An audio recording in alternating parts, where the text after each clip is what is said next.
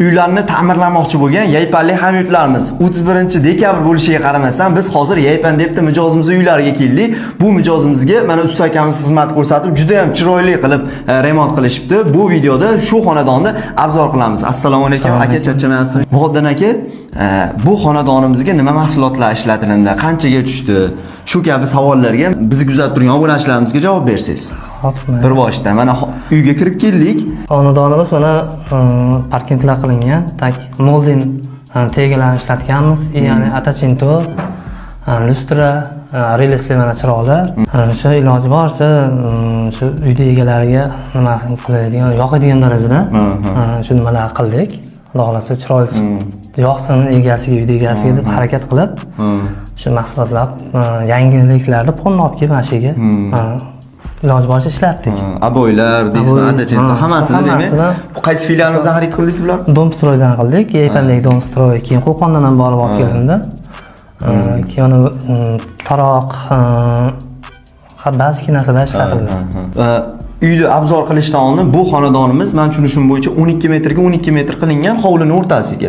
Hovlini o'rtasiga katish forma qilib katish forma qilib qilinganda, lekin sizlar bu yerga 6 ta xonani sig'dirib olgansizlar, to'g'rimi? 144 kvadratga. 144 kvadratga.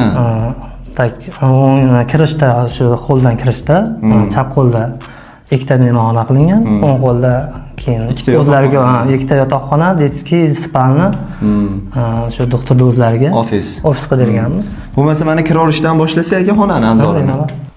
Bu qanaqa xona dedingiz aka buni? Bu doktorimizda ofislar bo'ladi.